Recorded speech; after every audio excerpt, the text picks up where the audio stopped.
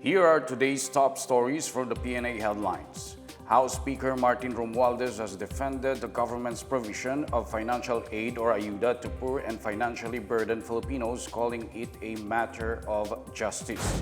In his closing remarks on the last day of a session of Congress on Wednesday, Romualdez assured that the House of Representatives is firm in defending the provision of ayuda for Filipinos. He said ayuda as a social safety net is not charity but justice that will ensure that no Filipino falters, especially in times of crisis.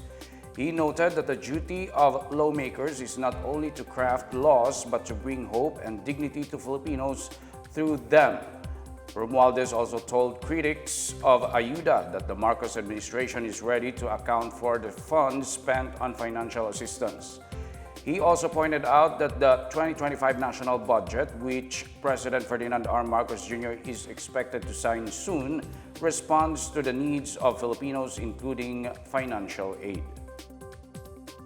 Congress has allocated 17 billion pesos in the proposed 2025 national budget to fund the 10,500 peso monthly subsistence allowance for soldiers. In a statement, House Minority Leader Marcelino Libanan said the House and Senate agreed to increase the daily subsistence allowance of soldiers by 133% from 150 to 350 pesos. Libanan said the higher allowance aims to enhance the well-being of the armed forces of the Philippines, over 165,000 personnel. He also said that aside from the subsistence allowance, military personnel will also receive compensations such as allowances for clothing, laundry, and economic relief, as well as bonuses and incentives. Meanwhile, some soldiers will receive additional compensations such as hazard duty pay, hardship allowances, and combat duty pay, among other rewards. Libanan said the government is aggressively investing in the well-being of soldiers, even as it spends an average of 30 billion pesos every year to upgrade the military under the revised AFP modernization program. The Office of the Civil Defense Bicol is preparing to order mandatory evacuation in areas around Mayon volcano due to potential lahar flow caused by heavy rains. OCD Bicol Director Claudio Yucot said lahar deposits from previous eruptions may move when rainfall reaches 60 millimeters per hour. The OCD said evacuations may be implemented once the rainfall reaches a threshold of 40 to 50 millimeters per hour. Mayon volcano remains at alert level 1, which means there is no immediate danger of eruption. In its 5 a.m. update, Weather Bureau Pagasa said parts of Bicol region can expect moderate to heavy rains due to the shear line and low pressure area. Earlier, the Philippine Institute of Volcanology and Seismology warned of possible lahar flow from Mayon and Canlaon volcanoes, as Bicol region and Negros Island may expect moderate to heavy rainfall in the coming days. In other news, President Ferdinand R. Marcos Jr. and his family will spend Christmas at Malacanang Palace.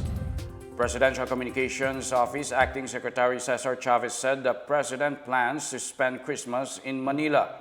This is the third time the first family will celebrate Christmas at Malacanang. Malacanang has opened its grounds to the public for Christmas activities dubbed as Tara sa Palasyo. The public may visit Malacanang to attend the traditional Misa de Gallo from December 16 to 24, 4 a.m. to 5 a.m.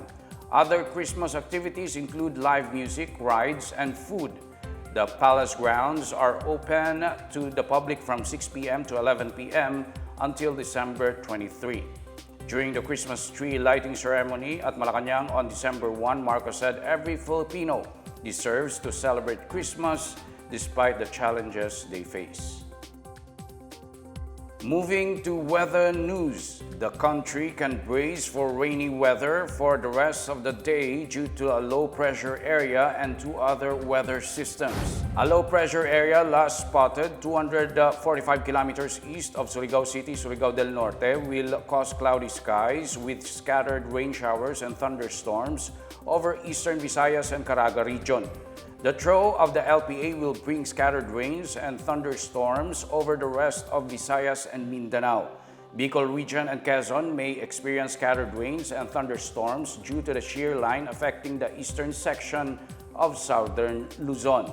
Meanwhile, the northeast monsoon or amihan affecting the rest of Luzon will bring light rains over Cagayan Valley, the Cordillera region, Aurora, Oriental Mindoro, Marinduque, and Romblon.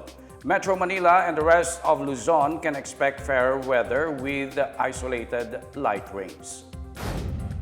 And that's the latest and the biggest stories on the PNA Headlines. For more news updates, visit our website pna.gov.ph or our Facebook and X account, Philippine News Agency.